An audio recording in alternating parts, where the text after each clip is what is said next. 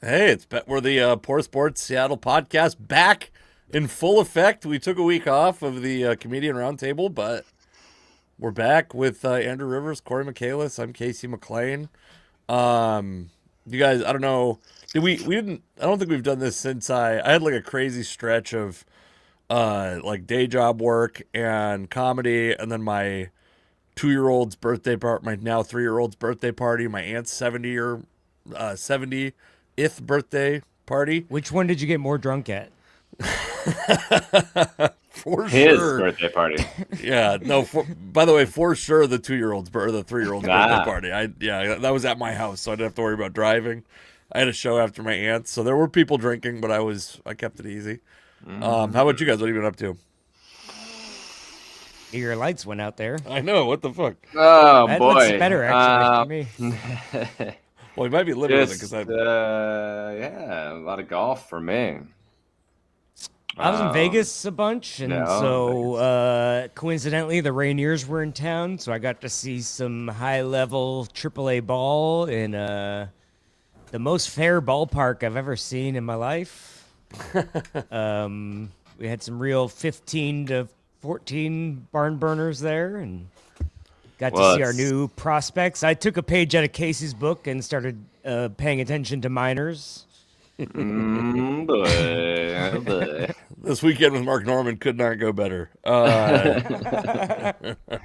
He's ready. He's ready. Yeah, I went to the Pickles game, so I saw some players that'll never be on the Mariners, but they're fun. Although we were just talking about, Andrew, I was talking about that. There's some former Savannah Banana just sit for the cycle or something. So I don't know, maybe. In Pro Ball? Yeah, for the White Sox. Oh, nice. By Jared the way, Kelnick? that's a future Savannah Banana. Maybe a Portland Pickle. Realistically, I don't know if he has the personality to be a Savannah Banana, but That's your point. I've talked to we all know one of the owners of the Portland Pickles, John Ryan. I talked to him about throwing out the first pitch, never materialized, but I did get offered this thing a couple of years ago and let it slip through my fingers, unfortunately. In West Seattle, they have a team, and they're named after some kind of fish, and you throw out the first fish instead of a baseball. You Hey, throw a that's fun. fish. I was like, shit, I want to do that. I think they still do it, but I used to have a connection in their front office, and now we're not their front office. Like I knew it. Actually, for a team that level, I knew an intern with No their office? Do they marketing have an office? department. Yeah, that might be an executive at a team that level. But Fun. well, the Here Seattle we go. And sports I've been world has watching been a bunch busy of since. World Cup stuff too. Yeah. World Oh Cup. yeah. We'll talk about that in a second. Sure. I think the biggest story in Seattle right now is the Seahawks sale to the Kosla family. These are the dad, and now I can't think of his for Vidone. I think he started Sun Microsystems. He's a tech guy, venture capitalist in his 70s, Bay Area. Famously, now I'm sure, via social media, it's been pounded into our head that they were minority owners in the San Francisco 49ers until this sale. And You're not the supposed to guys, be minority owners. I don't think. is it 1950? Is that the. I'm supposed to Well, own now that they minorities. own all of the Seahawks, they also own the 49ers. Oh yeah, I saw that joke on Twitter also. Whoa! It wasn't. Hey, it wasn't even yours. That's what I'm saying. Is you just took someone Oh, else's okay. joke. All right. I'm not coming down swinging on you, telling your own tweets. It's you telling other people's tweets. You know. Well, I wrote it, and then I was joking with Corey. I was like, I saw this already on Twitter elsewhere too, so I'm sure Casey will make fun of me, and then you did. Here we are. We did it. Oh man, I wrote a joke on Twitter, by the way, that I think there's just no blend of people that understand enough of the references. But it was about Matt Miller, who we talked about last week, NFL draft analyst that lost his left arm in a an accident that's got suspicious circumstances, and that helped uncover some fraud. And I said when he sits down for a documentary, I reserve the joke "Righty Ford sings the blues." Ooh. Yeah, which is do you get that reference? Does that make I any? mean, it's like the Eminem making fun of Whitey Ford. No, right. Whitey Ford Sings the Blues is the name of an Right. Everlast album. This is the problem. Is there's just So, too many I connections only know to it make. from the Eminem diss where he That's says hilarious. that Oh, or got whatever. you. Yeah. So Everlast, ironically, have not. They have not lasted that's forever. Corey's nickname in bed too. Never. Andrews is never last. All right, let's go.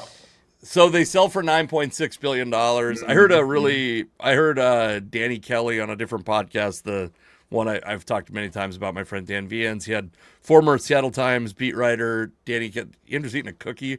That's great. That's great for the podcast. Eating on the podcast. It's my least favorite thing. He Can't he hear talked him right about how now. like should fans actually care about how much a team sells for? Should that be like there's some pride element of like the team that I like is worth the most, but when an ownership group spends 9.6 million or 9.6 billion dollars, they're going to want to make that money back in a relatively short amount of time through either appreciation of the product or operating income. And so you know what that means for us is increased ticket sales or increased ticket prices and them maybe wanting to put luxury boxes where normal people seats were. And it's not that is not actually good news for the fans. No. Them making money whoa. and then reinvesting it into the team is good news to create a good product. Yeah, that's true. Honestly, That's true. I hate going to football games anyway. So like, build all the boxes and do whatever you want anyway. Move them I to don't Sacramento. care. Who gives a shit? Right? Yeah. I mean, first of all, I trust Jody Allen. She would never sell a team to some guy that's gonna do something crazy, you know. So I don't know. I don't like the football is such a game of inches, you know, that it's like, what's even happening? It's cool to see the full picture sometimes, but Yeah. then you got a guy spilling beer on your head and yelling racial slurs, and I get it's the name of the team, but still not the best experiences. Oh, boy. Go Commanders. I'd say I basically agree with you. I think it's like it's the least. I think that soccer and hockey are okay on TV. They're incredible in person. I think that football is better on TV than in person. I'm good for like a couple games a year at most. I can go years without going to a football game and be totally satisfied with my football experience. Baseball is like a little more casual, but I still probably like the on TV experience a little bit better overall. I liked baseball in person before the pitch clock because you could catch up with your buddies and you go, "Hey, what's up with how's your kid?" And now it's like you look down for a tweet and you miss 3 innings and it's you know. Home Run Derby is electric on Netflix, so we'll get there. Yeah, we're like slowly hinting at every topic, All of our topics. spoiling every topic, and Yeah, so whatever. I mean, I'm not gonna make any prejudgments about this owner. I don't know anything. We don't know their intent. They say the right things. They all should say the right things, but yeah. you know, I think it's funny that they were a part owner of the 49ers, right? If you can't beat them, buy them. I didn't tweet that one yet, so can't get mad at me. All right. Well, you Well, could you see in the reflection on my glasses that I was pulling up your Twitter to find that joke? I didn't know you still. I saw that you didn't follow me. That's kind of weird. But, I don't follow you.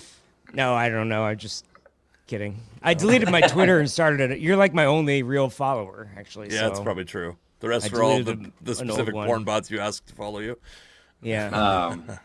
well, so okay, but we were going to sell.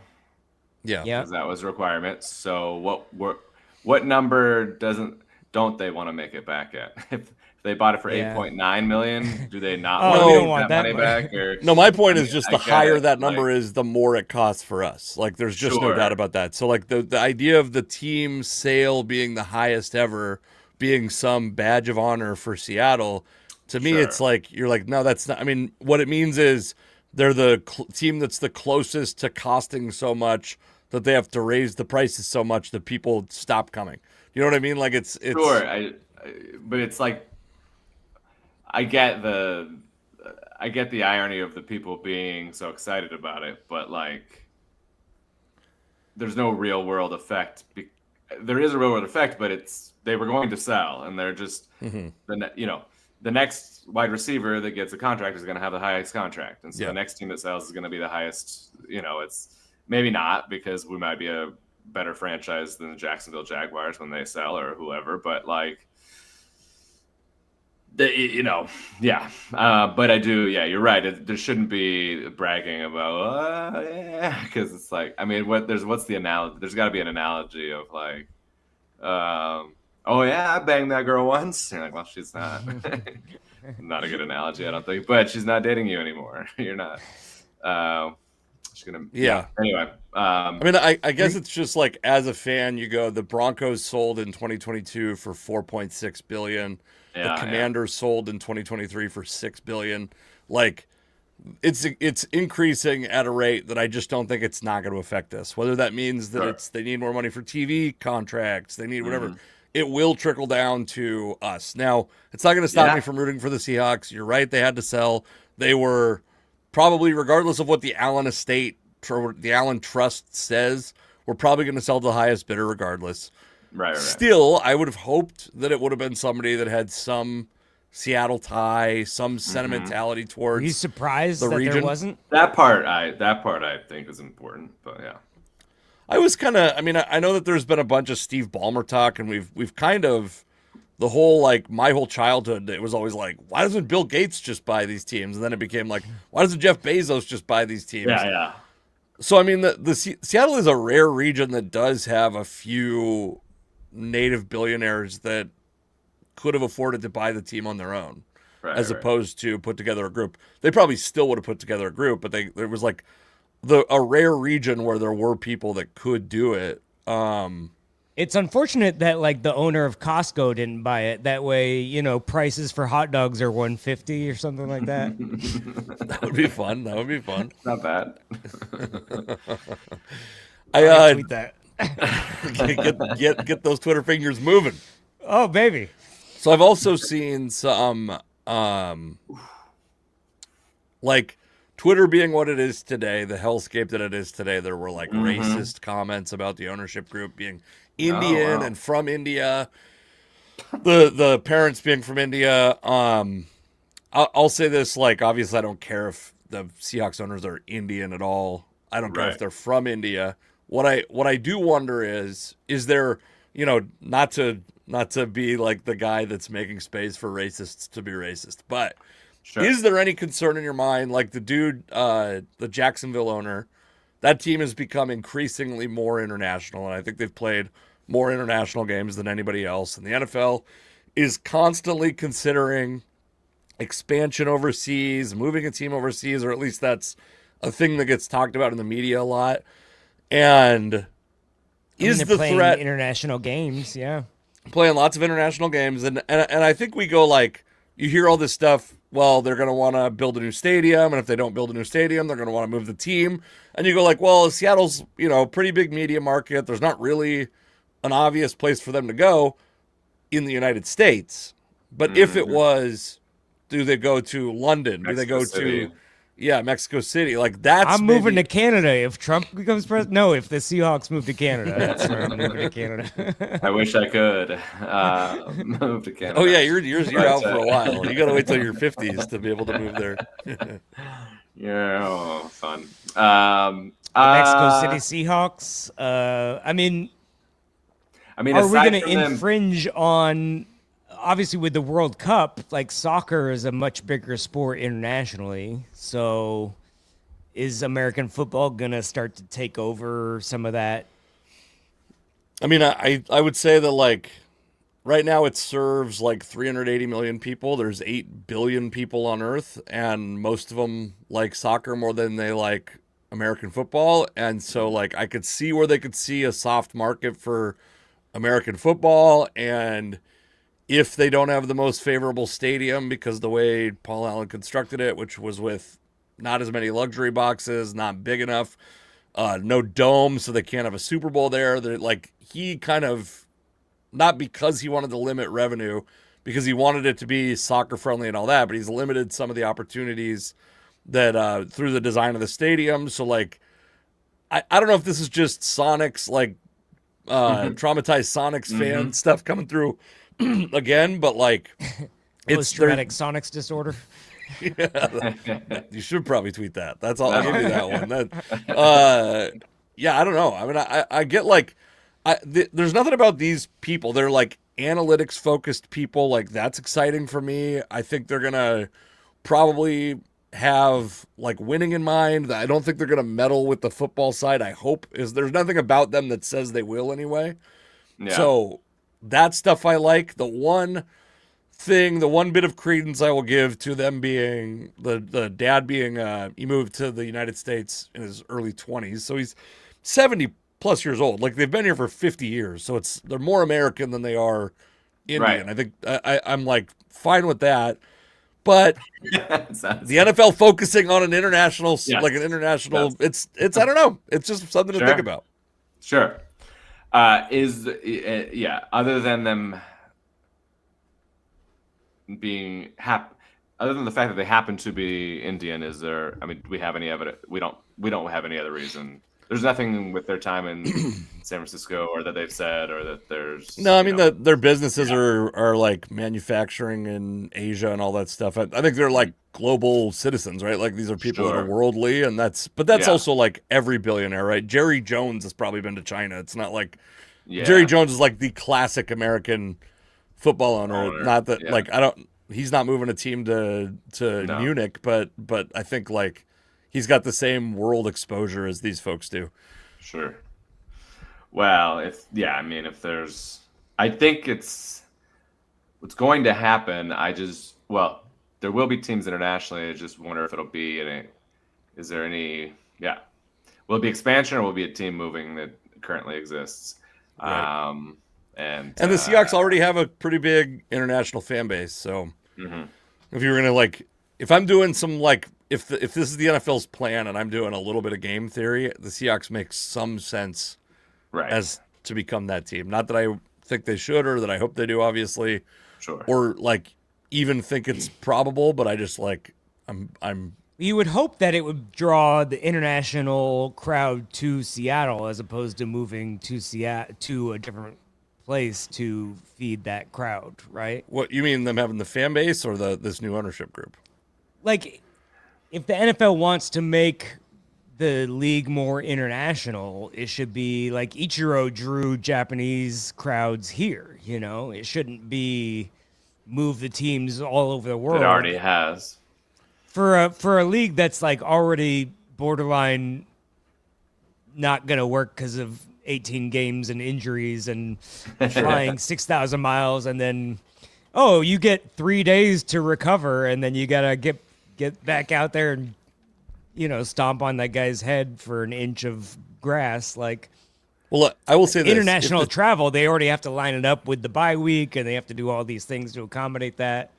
If the Seahawks became India's team without having to play any games in India or move to India, that's great news. That offsets that 9 point. But I don't think anyone's making their fan choices by who the owner is, really. You know what I mean? Right. I mean, that was the only reason. I was a fan of the Rainiers because of, what is his name, Ryan Lachey, or whoever was married to Jessica Simpson that owned them briefly. But Nick Lachey? Nick Lachey. There we go, dang. How that he was an owner of the Rainiers? For like a brief stretch, yeah. Nice. All right. I like the pickles because of John Ryan, so that's that's true. You know what? I take it all back. I take everything I said back. I'm completely wrong.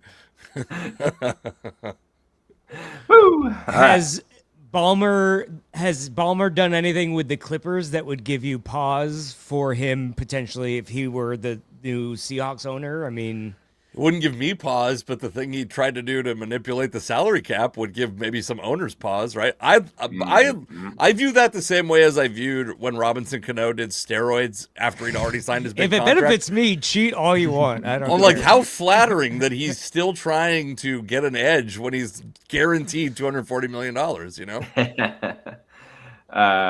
You should Well, be here's commissioner. the upside is, just like when we had the Japanese owners of the Mariners, and that drew Ichiro here, we are going to draw all of the great Indian football players to Yes. Seahawks. So we'll have all of those to choose from, basically. So, Yeah. I mean, watch out, First- league.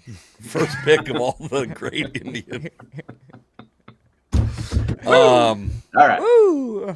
Well, From that one is football what to the another, people- from yeah. from the world's game, from the American world's game to the world's game. World's game. Not trying to be Bob Costas here, but That is what people were joking about. Since we're allowed to read other people's tweets, but it was like, the World Cup is the best athletes in the world versus whatever's left over in America. yeah, Because it's like the best, like JSN footwork and saying could be a soccer player, but our money's in American football for him. So I saw a great video about this. That's like, I think it's obviously true. I assume we all believe it's obviously true, but the best argument that it is true is that U.S. women's soccer is the most dominant women's soccer team, and women's soccer is arguably the most, up until recently at least, was the most prestigious, like, international sport they could play. Not really professional sport at the time. Like, the WNBA, I think, has been around and prominent longer than the women's professional soccer leagues that exist right now, but only because they were backed by the WNBA. It's really recent that by the NBA. NBA. It's only really recent that the WNBA has become prominent independently, and women's soccer, I think they've won 4 of the 10 World Cups or something like that. 4 of 9, I believe. Yeah. 4 or 9. So there's no doubt. I mean, that's like almost not even a worthwhile conversation, because obviously we would crush these stupid countries. Yeah. we're the only country where women are allowed outdoors. That's true. I do see that Andrew is watching it. I'm hoping we don't get a copyright strike on the back here, but Might as well I turn it haven't off. watched It's over. a moment of World Cup soccer since the U.S. got eliminated. Aha. Okay. Interesting. Have you? Argentina, baby. Oh yeah, is that for real? Wow, Andrew really jumps on a trend. I like that. I like and hate that about him. I assume I've had that's this for like 20 years, actually, but yeah. He that's why jumps on a train too if it's offered, but jumps on a Jameson also. so I watched. I didn't have a hotel, so I had to go to a bar to work during a game. So I watched that entire game. That was Belgium. They lost, and I was hoping they'd win just because they beat us. But and then I was watching this match on the pitch between France and Spain. You know what? There's things about soccer. So people complain about the soccer rules, or have been, or whatever, and it's an interesting. There's a lot of it's American centric stuff, because if we really broke down rules of the sports that we do love and we do watch, you could go, well, that's ridiculous, and I can't believe that's a rule, and the rest of the world might go, why? That's like when they sit down and watch a basketball game or a football game, we go like, what the hell are they? Why? That's a hold? You can't hold the guy, or whatever. If you're stronger, you should be able to hold the guy, right? But I will say, it does seem like when you get a foul in the box, you just get an automatic goal. Basically, it's pretty wild. It is funny, what like happened in this remembering Spain game, in this France-Spain game, and that was, it's not an automatic goal because they don't, but they put their best. Almost just put their, and it doesn't have to be the person who got fouled. It feels like maybe that could adjust it a little bit if it's the person. Imagine Hack-a-Shack, but then they're like, "Oh, here's Kobe Bryant." Kobe Bryant gets to shoot the free throw. Yeah, exactly. So I mean, I don't want to be the American that complains about the rules, but I'm always against overly punitive rules, maybe in life or in general. I mean, it comes from my teaching days of people would be like, if the kid's late, he gets an F or whatever. And you're like, okay, he learned the shit. He learned. I'm giving him the grade based on what he learned. I will penalize him in another way for being late to school or whatever. I was Which, by the watching way, and is I was probably like, not his fault being late to school because he's 14. So like, or not entirely his I fault. don't know. I was late a lot at 14 and on, and I could tell you was that always mostly you? my fault. Yeah. Fair enough. It doesn't have to be though, like Sure, if you sure. live 10 miles away from the or 7 miles away from the school, it's Yeah. your parents are getting you there. But anyway, yeah. So it seems like an over punitive rule, but also don't foul in the box. I guess don't kick a guy in the leg in the box. I guess. well, that's so annoying because you're like, why are they all faking an injury every 10 seconds? And you're like, well, that's the only way to score in soccer is to get a free kick. Yeah. Otherwise, it's like a 1-0 match and you get a lucky header or whatever. Or if you're playing against the USA, they just don't play defense and they're like, oh, here's our goal. Have a Go blast. ahead. But Oh god, we were so bad in that game. I don't know anything about was soccer, awful. and I knew we were bad. I knew that. But the counter to that is that then why are the best 4 players in the world scoring every match? Then why is Mbappe, Haaland, Messi scoring every match? If it's so impossible to score, then be better because those guys score every time. So but it is low scoring, and they're all ties, and not all ties, but they're all close. Then there's the argument of that. I was like, it's pretty cool that every match is like super close. That's like a pretty cool thing for a sport to have it be really close and competitive almost every time when it gets to the final 8, basically. It's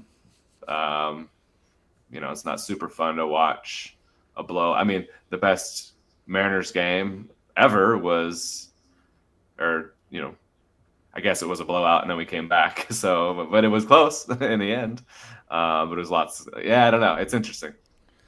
It's definitely it's different from other sport, like American sports. I will say, like, the rules, it's been interesting to hear people complain about the rules. The first job I ever had was refereeing soccer. I played soccer growing up, and then like when I was 13 or 14, I quit playing soccer and refereed for a couple of years. And I think the thing that you say about the punitive nature of the penalty kick is correct.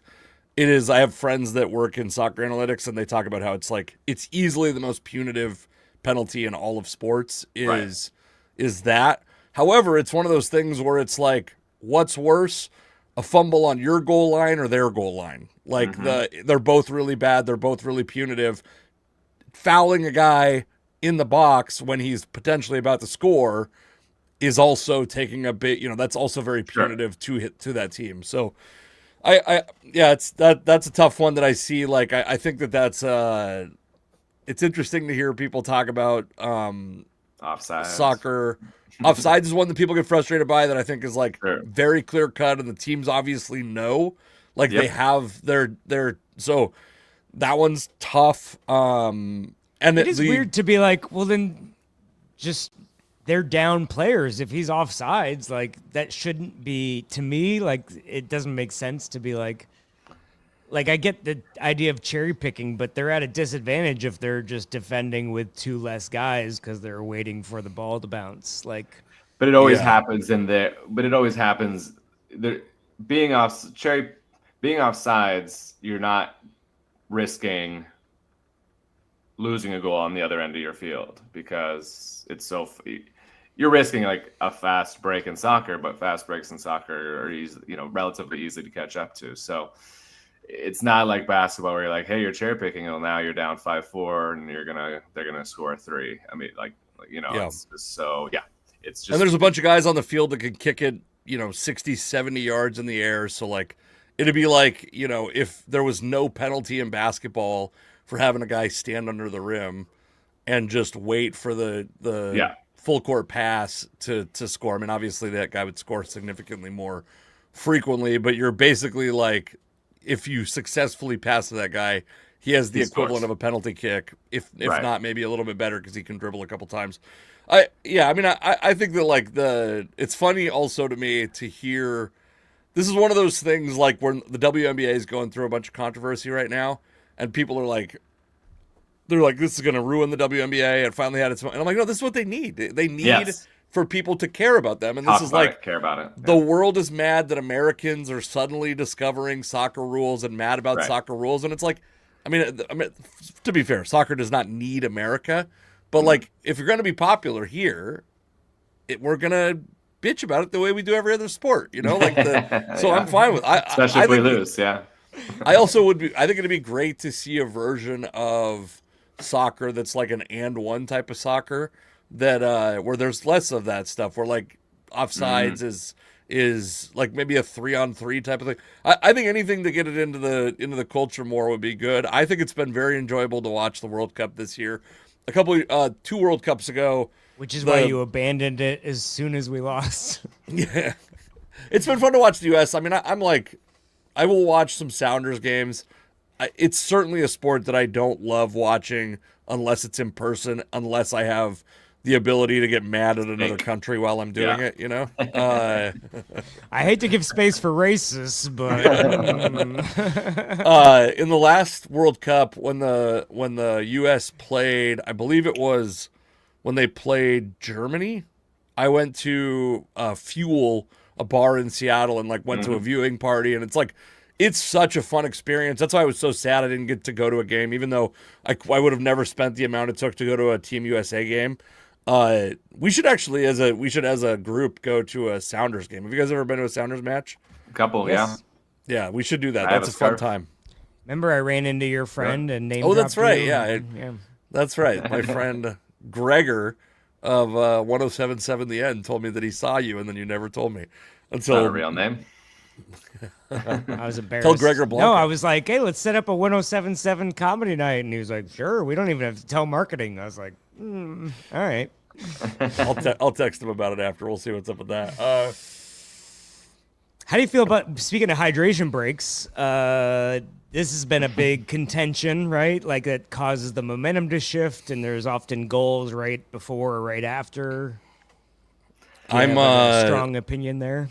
I'm not a purist. Obviously, when it comes to soccer, I think it's like first off, like it's hot in the U.S. These people are complaining about 80-degree weather in their countries, and then coming to 95 and humid here. So like, I think it's good to get hydrated. I think it's good for player health, and I don't see anything that's crazy wrong with it. And if they, they don't have to do it in the English Premier League. I don't give a shit what they do, but like, I don't care about it at all. The VAR, they get mad at the VAR.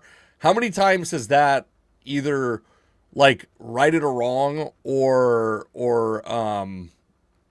yeah, I mean, I guess that's it. How many times has it given justice to a team that, yeah, it's perfect. It's the same way I feel about ABS. It's good. It's all good. 100% of it is good. Yeah. Yeah. All right. All right. So before we get into, we're going to talk about the Mariners prospects that Andrew visited down in Las Vegas, and there's some interesting stuff about that. And the Mariners had a draft also. But the Home Run Derby was last night. It was on Netflix for the first time. I have watched it there's been a StatCast broadcast the last couple of years that's been pretty interesting. It's guys that I already read, the stuff they write about analytics, and they're talking about the Home Run Derby in a way that's interesting to me, maybe only launch angles and exit velocities and stuff like that. And then talking about these players in an interesting way.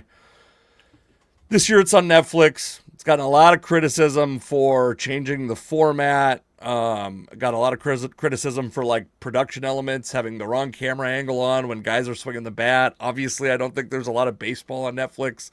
So the fact that they aren't staffed up with savvy baseball producers isn't completely surprising. Did either of you watch the Home Run Derby at all, though? That's maybe the more important question. No. Just couple clips. Have you historically watched? Right. Have you historically watched the Home Run Derby? When I was a kid, I watched it all the time. That was a long time ago, and in recent years, never all the way through. When it was in Seattle and Julio and that whole thing, defending his, I watched. My friends were there. They said it was just incredible. Live, so much fun. It looks very fun live. So no is the short answer, I guess. But if our question is it dead? I don't, as long as it's really great live. I mean, it's still 10 times better than the dunk competition, and we've been talking about how that is at dead for 20 years. So, yeah. Anyway, no, I didn't watch. Haven't I've watched the last couple, but I mean, my interest fades in and out of baseball in general. But I mean, I remember the last couple, but other than that, I can't remember specifically tuning in for the event. Okay, so I thought he froze. I was like, do I have to finish this sentence? So historically, or at least what I remember, is it was a couple rounds of 10 outs each, where you got as many opportunities to hit home runs as possible.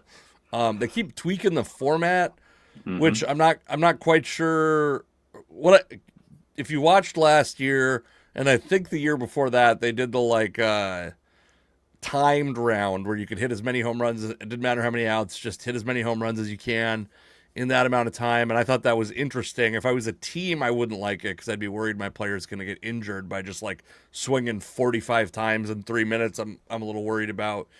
I did think that took the drama away from individual swings, right? It was like watching someone make pop a shot. Yeah, basically it's like pop a shot or the 3-point contest where you're like, you don't get the build up to this moment. You don't get and yesterday's the format is now switched back to, now it's, you get 20 swings in the first round. Doesn't matter if they're outs or not, and you can and then on the last one you get unlimited swings. So you get down to your final swing and then you go until you just don't hit a home run. Don't hit a home run. Yeah. So that's an interesting format. It did allow the build up to be like, on the right before the dude, I think his name is Jordan Walker. Before you got to, like, the announcers got to, frankly poorly, but like build up to the final swing, and it was like a little more exciting than these timed rounds where a guy's just cranking and trying to just get volume swings out. Yeah. The tension built a little better. Yeah. Overall, though, the problems Netflix had, like, the camera angle they had that was pointing at the batter, which is not a great angle, frankly, for that, is they would have it where it was like framed so that where the ball met the bat was behind the player's name. So you wouldn't even like see the contact. And what you really want to see, and my only complaint about the StatCast broadcast, it was like from behind. That's what you saw in the StatCast broadcast. And I'm just a boomer. I want to see the straight on shot. I want to see the trajectory off the bat up front. There were a bunch of complaints about it. It was cool to see Kyle Schwarber in Philadelphia like put up a big run, and then the historic like comeback was cool, but it felt like the product would have been better if it was presented. Netflix got like a little too up its own ass about changing the way that it was presented because it's their product now. You know what I mean? Does that when the rules change? I mean, it's like adding. It's got to be hard to keep track of like the records over a period of time. Like this guy's won the home run derby, and it's like, well, they added 40 extra at bats, and they changed all the stuff, and they made steroids legal for 3 days, and they whatever, you know. I saw a tweet. That's the annoying thing about it to me is like, it should be somewhat in a consistent framing. That way we can judge it by, 1992, this guy did this, but what are you gonna do? So here's a good stat. Like, I did like the suspense laden thing, but this is a Buster Olney tweet. It's not a joke. I'm sorry. Over the last 5 years, the home run derby average with the clock was 275 home runs. Tonight, over about the same amount of time, 131 home runs. So, like, to your point, whatever records happened in those years, they're going to obliterate what's happening now if that's what we're doing. I don't know that those are the most prestigious records in all of baseball, but your point stands. Like, it's the same thing to me as you go, a team gives up a certain amount of runs, but they did it they did it before the era where when you got to the 10th inning, everybody got a base runner on second base. Yeah. Yeah. So like that's gonna inflate everybody's runs by 30 Should a they year or make something it like that. NBA Yeah. All-Star game where it's like winner gets home court advantage and in the Super Bowl or whatever, Well, they did that in baseball. Do you remember Baseball, that? they Right. did that. There was the That's what I'm saying. tie. Freddie Yeah. Garcia on the mound, I believe, at the end of the tie, and They had to make a yeah, decision. they made it. So if you win the home run derby, you get to use a metal bat for the next couple games and Silver Slugger award, right?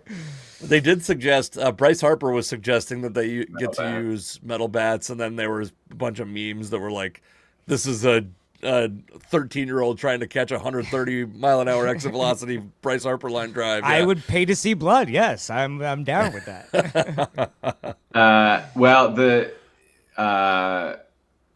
I was gonna guess that all the rule changes were to put less stress on the players, but it sounds like interesting that last year's was not necessarily that. Well, it was double the And home now runs it might last be year. back. That's what I mean. Like, so that I was before, but the change to that, because you said every year they're like changing, and I would have guessed that every year it was to get less and less stress on the players, but it sounds like it went up and then back down. It sounds like now. And because there is, there is like the curse of like, being in it and people talking about not wanting to be in it and second half being significantly worse. And I haven't heard a lot about that in the last couple of years, but Cal Raleigh I had was a worried delayed last reaction year to with that. Cal. Yeah. Yeah. Yeah. It took a year. But yeah, I mean, it's fun. I know. Yeah. I assume it looked fun live, I assume the crowd was having a hell of a time. Should they So do? Yeah, they were- I they mean, were there's having a all this blast. controversy about them changing the baseballs like mid-season, and then they're like, "Oh, whoops, we accidentally made a batch that no one can hit or whatever." And it's like, should they just use like, juiced baseballs for the home run derby so everyone can One, I have a think they little fun? do. I think they're way ahead of you, and I think they do. Also, I just thought of this. there was another funny thing about last night, they which should have is, somebody throw slower during the and maybe have him like halfway towards the plate. We should have Luis Castillo pitch to them, just normally, so he just hangs a breaking ball and. So the way that I Reindeer watched Rose, those kids out there look like Reindeer Rosarina chasing down a fly ball. it, they took more efficient routes. Actually, it turns out. Mm. The way that I watched it is I watched part of it, and then we had dinner, and then I watched the end of it it was like recorded, so I didn't know the results. But I was watching it with my kids, and I had missed a big chunk in the middle. And they have these T-Mobile sponsored magenta balls where like baseballs are made of two pieces of leather. They're both white. They're stitched together. In this case, one of those pieces of leather was magenta, and I was watching the pitchers throw them, and I'm like, that has to look crazy to the batter because you get so used. And by the last round, no person had hit a home run off of one of the magenta balls because it was like this alternating white and magenta thing. It was like, and finally Maybe Kyle you'd see the Schwarber did. spin faster, almost. Like, But it just is like not what you're Yeah. expecting. Yeah. It might even like make your brain go, "Oh, this is spinning way faster than it is," or coming in way faster than it is, right? Kyle Schwarber hit one, and then the dude hit the last like 4 or 5 off of it. But it was interesting that I was watching it going, man, that would mess me up, and then I didn't watch for the middle portion of it, missed the whole second round. Come back and they say nobody has hit a home run off of it to that point. It was interesting. It is interesting. Yeah. Go ahead. Well, No, I have a you go striped ahead. golf ball that obviously that stays still, so that part doesn't affect. But when I but hit you're it, drunk, so the ball is kind of moving. when I hit it, oftentimes I'll go like, that wasn't very good, and then you get out there and you go, oh, okay, it was because the way it flies in the air and looks like it's flying in the air looks so weird relative to what I'm used to, and I feel like sometimes I'm like, that was a poor shot or a poor putt, and then I get up there and I'm like, it's or the result is just as How good as long are your always. putts? I'm like, oh, okay, interesting. Oh, that's way down there. I look bad from here, but I'll walk up and see. I'll putt from anywhere. Texas wedge, we call it. It is interesting, Casey, you were saying. Oh yeah, I just think it's interesting how much there were so many kind of obvious corporate decisions from Netflix that made a negative impact on the actual event. and the televising of the actual event, which are these camera angles that were supposed to be like more cinematic, I think, and they just failed to give people what they wanted. They would have a lot of times where there'd be like they wouldn't even have the camera on the guy while he was swinging. It would be like looking at somebody in the crowd. And it was like, no, put the goddamn camera on the guy hitting the ball. We're not here to see his parents. We're here to see, we're here to see him swing this fucking bat. I think if he strikes out, you should look at his parents going, where did we go? I've seen the World Cup camera men and women, and they've really focused in on some real hot ladies. And so, I mean, they're doing a great job. They're doing okay. Open the border. For the world. There's also nothing to miss in a soccer game if you look at the crowd. So. Real quickly, Cory, because you have a hard out. Do you want to tell us where you're going to be coming up? I have a hard out, a hard on, and I'm going to be in. Who books that? Where am I going to be? Sacramento this weekend. Anybody from Sacramento? Probably not. Locally, I'll be in Everett and. You're going to scout some A's games? Chehalis next weekend with Susan Rice, the funny old bag. Her words, not mine. And. She sells a merch bag that's called the Funny Old Bag, which is the greatest. That's the greatest merch I've ever heard of. Brilliant. I love it. And then that same show again with winner of Last Comic Standing Clayton English in August, 22nd in Everett and 23rd in Bellingham in August. So that's just my Everett show the next couple months. Allow me to pay my rent. Everett Comedy Night. Yeah, everettcomedy.com, Everett Comedy on everything, Everett Comedy Night. Yeah, can't miss it. All right. Well, let's move into this next topic. Yeah, you want to bounce right now? Or you can bounce whenever you'd like to. Yeah, during this. Yeah. Well, so we'll never know if Casey just made a bad point and Cory walked, or. I want to hear about these prospects Andrew was checking out in Vegas. Andrew was in Sin City checking out minors. His own joke reformulated into something not better. So two things happened. The MLB draft happened. Mariners had 20 picks in 20 rounds. They had the opportunity to have 21 picks, but they traded one of them for the great Brendan Donovan, the incredible trade for Brendan Donovan. How close was your mock draft, Casey? They do like 2 steps forward, 1 step back with the Major League Baseball draft because they only televised, I think, they only had analysis for the first like 4 rounds out of 20, and it's not as interesting as the other drafts for sure. They draft Ace Reese, they drafted 20 players, 19 of them were college players. There was also a weird thing, like of the first 15 picks in the draft, 1 was a pitcher. And then there was one guy who's like maybe a 2-way player, but 1 was like a pitcher only. And then, so I actually thought it was going to lead to the Mariners ending up picking a pitcher and having to defend the fact that they're going to pick a pitcher because the guys that they draft today, most of the guys who are on the roster are going to be free agents or retired by the time they come up. So it doesn't really matter what position they play. Just draft the best player available. They drafted Ace Reese. Some outlets have him really high. The analytics folks don't love him. He's a third baseman, but probably isn't going to be able to play third base long term. So it's like first base or left field. Power without a lot of contact or on base skills, but star level power. Like the upside is Laz Montes-esque, you might say. Okay.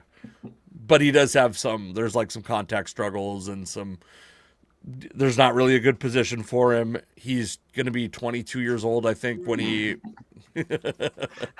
All right. Anyway, yeah.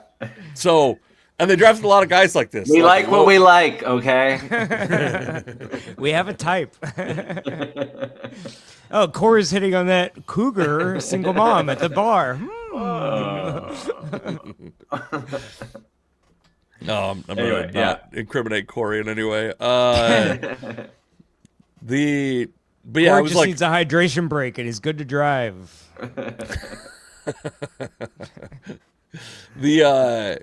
It was. Check I his will Twitter. say it was Check like his Twitter. Check his Twitter. That was text thread joke. Oh, sorry. So- Check Oh, his text thread. good. we did the review. It was allowed. It's fine. There's just like 3 drunk comedians sitting in a room scanning Andrew's social media. Anyways, I thought it was like a fine draft. It was like a classic Mariners draft, kind of underwhelming. I think Ace Reese, people who don't like it are gonna remember DJ Peterson. You remember DJ Peterson? Sure don't. He was a Mariners first round pick that was like a third baseman in college that was obviously going to have to move off. He was right-handed. His bat didn't carry him at first base. Like his bat wasn't good enough. Your bat has to be so good if you're a first baseman to be a big leaguer. Like that's the reality. And so if Ace Reese has to play first base, the chances of him being a good big leaguer with the Mariners are very low because the bat has to be so good. If they can get him in left field, which they don't seem to care about left field defense, if they get him in third base, they don't care about defense there. The bat's a lot easier to play there, but like, but let's Put talk him at about shortstop. They don't care about defense That's there. The They ball care- over there on the left That's side true. of the field. You guys would I did an episode of this podcast with my friend Harrison Crow talking about Mariners trade targets, and I brought up a trade that I guarantee you at least Andrew would hate. Cory would be diplomatic. Andrew would hate, which is trading George Kirby for Dansby Swanson, who plays shortstop for the Cubs. He owns and the Comedy Underground. But let's talk about the 2 guys the Mariners promoted, Michael Arroyo and Laz Montez. They got called up from Double-A. Both having really good seasons in Double-A, which is they play their home games in a pitcher's park, so that's like you don't even have to make the Pretty cool. adjustment. Sometimes you go from like Everett is a hitter's park, and they have a really I don't remember which field it is, Cory, but they have a you live somewhat close to there. Funko They have Pop. Oh. they have a short fence in one of the fields. Which field is it? Left or right?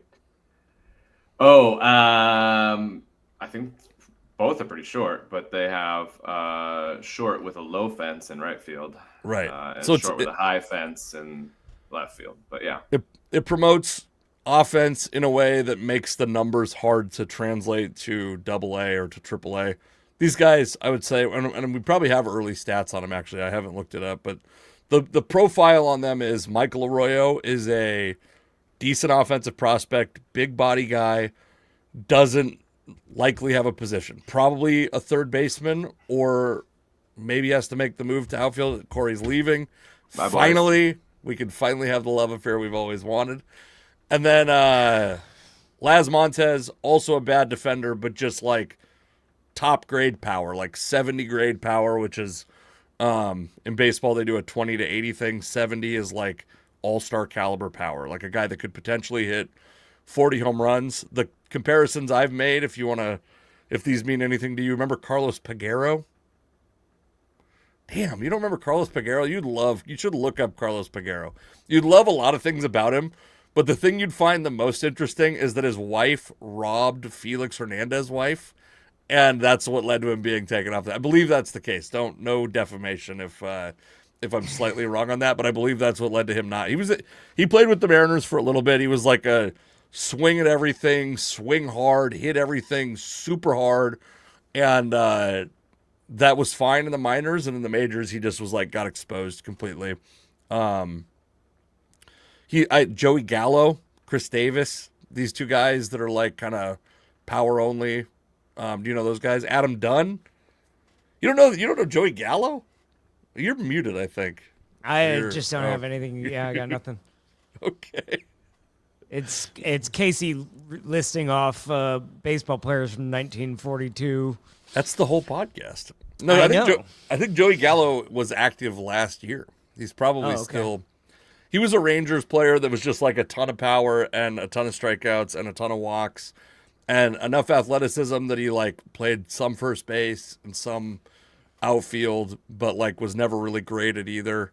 Yeah, I actually think these are the 2 guys that if you're the Mariners, you might even be showcasing them for a trade as opposed to them. I think a lot of people see Michael Arroyo being a right-handed infielder and go like, oh, this guy could obviously come up and be like like an option for the Mariners to play at third base if JP struggles there, or to be a pinch hitter or whatever. I would be surprised if either of those guys gets meaningful innings playing for the Mariners this year. And I would be surprised if they weren't like the top options the Mariners have to trade away for deadline help. Well, Arroyo looks really good so far in AAA. If you want to pull up his stats, but I saw his first game, his third game, and his fourth game. And after the first game, I don't really know much about these guys, but he swung at every single pitch. He didn't get any hits the first game, and then I went back and looked up scouting reports because I knew I was going to go to every game, and they were like, "Oh, he has a 35% swing and miss," and they were trying to keep him in AA to fix that, but then they were like, he was on pace for 60 home runs. And so I think you're thinking of Laz Montez. Arroyo. Montez has more home runs than Arroyo. So Montez had 26 home runs or 25 home runs in AA through 79 games, and Arroyo's got had 10 through 65 games. What am I? Let me see here. Did I get these guys mixed up? Because Arroyo was separating himself from Montez in AAA. I don't know. Anyway, Montez is killing it, or Arroyo is killing it in AAA. Yeah. But Montez has not been great so far. So yeah, I was yelling at Arroyo the whole time. I was like, "Hurry up and get to Seattle. We need you." But he was swinging at every single pitch, but they were like, "Hey, he's gonna." Maybe I got their scouting reports mixed up, but yeah, they were saying because the difference between AA and AAA sometimes is that AAA is more hitter friendly in different ways or different, so they were like, he might do even better up here than he does in AA or something like that. But Arroyo's short, squatty, big guy, and then Laz, big, tall, lean guy, and pretty fun to, be there for the. We were kind of discussing they might just keep Cade Anderson and those pitchers down in AA because if they come to AAA and get their confidence rocked by, Las Vegas ballpark being 8,000 feet above sea level or whatever, and I mean it was 95 degrees at game time, it's 8 p.m. And so, the ball is just flying out of there, which is exciting baseball because, my buddy Jameson he had to work one of the days, and so he showed up. He's like, I'll be there 8:30 for a 7 p.m. game. And I'm like, that's only the fourth inning because we're scoring 28 runs or whatever. But, kind of cool. And I don't know what takeaways there are necessarily after just a first week, but Arroyo was putting up big numbers. So yeah, and I think that Arroyo's probably more big league ready, like you were talking about, and then Montez was just smashing the ball, and it's 31 plate appearances, but Montez he's the guy, he's 6'5", 210 pounds is his listed, and they say basically you look at him and the quads are so big that they're he's going to tear his knees apart. There's just no way his body can survive how strong and athletic he is. That's a pretty common scouting report of him. But so he had a 30% strikeout rate in AA. So far he has a 42% strikeout rate in AAA. And you're going to see these guys in AAA who are they're crafty veterans. There's a lot of guys on the AAA rosters of most teams that are 30 and they have two pitches and they have the ability to throw strikes. They just throw 91, not 98, Yeah. We signed a 30-year-old outfielder from the Guardians who smashed a couple home runs in. I was wondering if they were going to pull him up to the big leagues to be sort of a late game defensive replacement. What's his name? Is it Brennan Davis? Is that what you're thinking of? Mariners sign Guardians outfielder. Fairchild, Stuart Fairchild. Stuart Fairchild. That sounds like a fake name. That's like. But a yeah, I soccer was like, owner. we were making fun of him because he looks 12 in his photo, and we're like, who's this prospect? And then we Googled him. We're like, oh, he's 30 years old, and he was like a late game defensive replacement for the Guardians, and they tried to option him back to AAA, I guess, and he was like, screw that. And yeah, he like homered twice in a game with the Rainiers already, and Yeah. so, who else was exciting? Oh, Ryan Bliss had 2 5-hit nights, and I was like, I yelled at him. I was like, "You throw better than JP," you know. Like it's fun to be in these small stadiums where you know they can hear you. Yeah. I'm a little bit of a baseball heckler. I kind of like having fun with the guys, and there was a guy on the Las Vegas team. I noticed he had a big chain. And I was kind of like, damn, how can he afford that if he's making $40,000 a year or something? And he had a $3 million signing bonus, number one, but he won the chain in like a fishing tournament. That's so funny. And so he like strike out. I'd be like, go back to fishing. And, you know, just yell specific stuff at him. And then he dropped a couple easy. He's a third baseman with power, kind of that, you know, minor league stereotype. And so he dropped a couple easy ones, and I was like, get back to the pier, and just yelling stuff out of him. And it was funny, they have these weird promotions, you know, in AAA where they're like, every foul ball is sponsored by, you know, Danny Wilson, the real estate guy, and they have a jingle. And at 2 of the 3 games I went to, after every time they would go, Aaron, whatever his name, Aaron Glenn sucks, and the whole stadium yells it or something like that. So I was like, this is fun. Yeah. And then the 3rd game I went to, I yelled it, and then I was the only one who yelled it, and I was like, oh shit, where did that guy go that was leading the chant? But yeah, AAA ball, pretty fun. That stadium is huge, and you're like, how do these balls keep flying out? But it's way above sea level and thin air, so. Well, that's the real challenge for those stadiums too. Like when Coors Field got built, they knew that it had like light air, right? So they made the stadium huge. So now it's not only easy to hit home runs, but there's so much ground for these guys to cover, and they can barely keep their breath because it's, you know, mile high. It's tough, now, man. Don't they put like the balls in a special humidifier now? And It's a like, humidor. that helps them? Yeah. But now they do that in every with stadium. the cigars. Yeah. In Seattle, it's with 50-year-old Victory cigars. We keep these here. We're never going to use them, but if you ever need to start a fire, if you get trapped in the stadium, you could use them for that. All right, where are you going to be, Andrew? yeah. Hey, I'm at Emerald City Comedy Club this weekend with Mark Normand, and then I'm at Emerald City Comedy Club a bunch.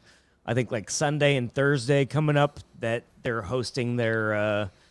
We can't find anyone to sell tickets in the summer, so we're doing a comedy competition, and but I'll be hosting 2 of the nights. So come try your luck and watch me set these boys up for failure.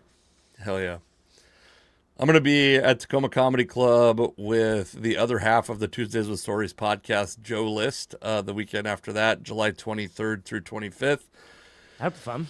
Yeah, and then I don't have much local stuff. I'll be in Washington, D.C. later in the year if you happen to be I'll also be back in Vegas August 6th, and the Rainiers are back in town then, so gonna go check out some more games. Hell yeah, that'll be awesome. Go find Andrew heckling at whatever the stadium's called. Yes. All right. I will talk to you. I'll text you after. Everyone else, we will talk to you next week. Bye.